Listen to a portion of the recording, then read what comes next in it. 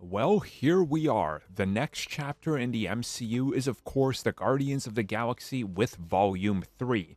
And ahead of the release of the film, we now know the official rating, which, surprise, surprise, should not surprise anybody, is PG 13. But with that also comes the description of why it gets it. So let's get into the details.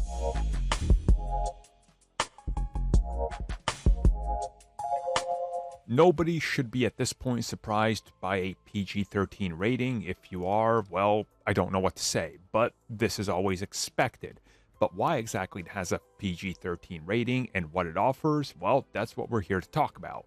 So, first up, it offers up intense sequences of violence and action, which, again, isn't surprising. This is sort of a expected, I say, in most MCU films these days. Also, strong language, which again, I'm assuming since this is a little bit more, let's just say dire and desperate for the Guardians and there will be a death or two, I'm assuming they're going to drop a little bit more crude language just because. But hey, we'll see, right? They can always cut that down, like right before the release of the film, which we know has happened before.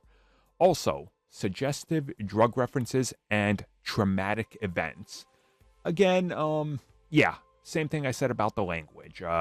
We know that they're going to be depicting some rather dark stuff, let's put it that way, in terms of what the characters have gone through, specifically Rocket. So overall, it's not really anything out of the norm.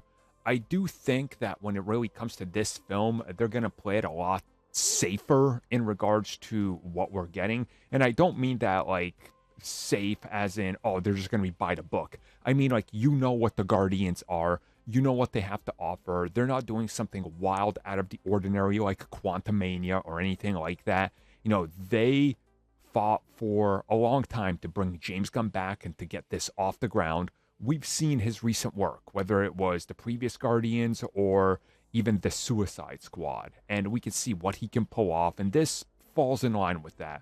I feel like that this is going to be a home run film, in my opinion.